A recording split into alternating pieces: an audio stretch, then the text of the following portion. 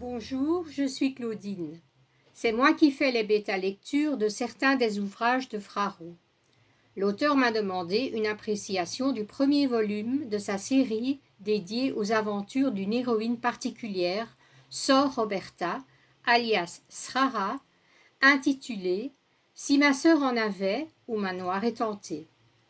Dans ce premier volume, Fra Roberto, d'ordinaire commissaire et narrateur de ses propres enquêtes, cède la scène et la parole à cette femme magnétique et dangereusement séduisante, Sor Roberta, exploitante et gérante d'un salon de massage tantrique, stratège, femme de pouvoir et de secret.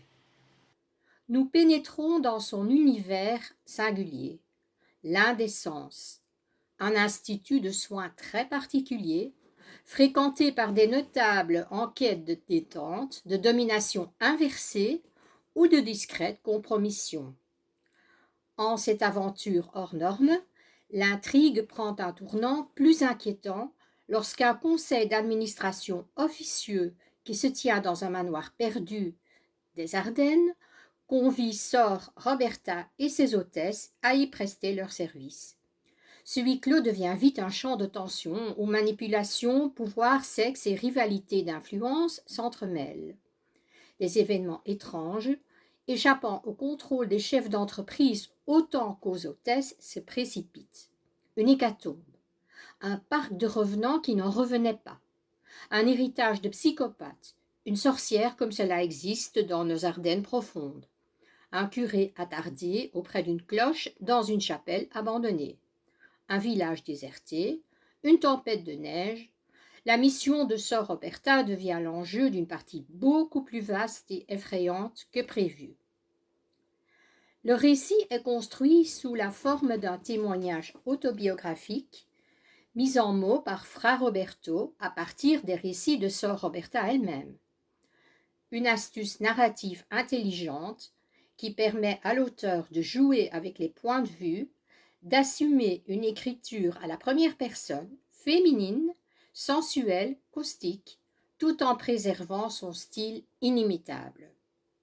La narration est faite de dialogues truculents et de commentaires directs au lecteur, dans une ambiance très polar, littéraire, cabossée. Les phrases sont vives, les métaphores délicieusement excessives et les ruptures de ton nombreuses, passant du burlesque à l'érotisme en une phrase. L'ouvrage aborde plusieurs thèmes. Le pouvoir sous toutes ses formes, économique, sexuelle, symbolique.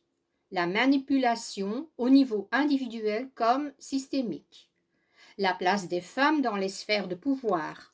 Sor Roberta renverse les rôles avec audace. Le corps comme lieu de pouvoir et de révélation.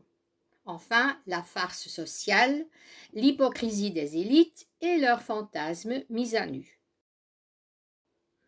Du point de vue stylistique, l'auteur, comme à son habitude, manie le langage comme un élément constitutif du récit. Jeux de mots, argot, rupture de style, citations détournées, rien n'est laissé au hasard. Le style est bien celui que les lecteurs connaissent de Fra Roberto, avec des touches d'autodérision et de culture contemporaine. Plus dépouillé toutefois, à la demande spécifique de l'héroïne, moins porté sur l'humour déjanté. Et c'est bien Sor Roberta qui s'exprime. Son discours est celui d'une femme moderne, consciente d'elle-même, active, pragmatique, au-dessus des préjugés. On pourrait craindre que ce soit du Fra Roberto au féminin. Ce n'est pas le cas. C'est du Sor Roberta. Le ton est provocateur, ironique, mais jamais vide de sens. C'est une écriture qui joue sur l'attention du lecteur, qui le dérange, le séduit, le fait rire ou grincer des dents. Certaines scènes, notamment en début de roman, où Fra Roberto présente Sor Roberta, sont ouvertement érotiques, mais l'ensemble reste subtil, intelligent, souvent drôle et intégré à l'univers narratif. Si ma sœur en avait, ou Manoir est tenté, est un roman à part, inclassable, brillamment irrévérencieux et profondément maîtrisé. C'est un texte qui demande un certain lâcher-prise de la part du lecteur. mais qui le récompense par une expérience littéraire vive, libre et décapante. On sort de cette lecture amusé, troublé et impatient de découvrir quelle étrangeté ou quelle beauté l'auteur nous préparera pour la suite. Point faible, qui n'en est pas vraiment un, c'est une lecture exigeante. Il faut rentrer dans le style et les jeux de mots. Parfois, on perd un peu le fil de l'histoire, de l'intrigue, car il faut un certain effort de lecture pour s'habituer ou se réhabituer au style, avec les métaphores et le langage typiquement Fra Roberto. Si ma sœur en avait, s'adresse en premier lieu aux fidèles de Fra Roberto, évidemment, qui retrouveront ici tout ce qui fait son univers, mais également aux amateurs de romans noirs non conventionnels, qui aiment l'humour noir, la satire sociale, qui ne craignent pas les textes osés, sensuels, les narrations déstructurées à voix multiples. Avant de clôturer cette chronique et de vous dire au revoir, je tiens à vous signaler que la série des aventures de Sor Roberta comporte 6 volumes.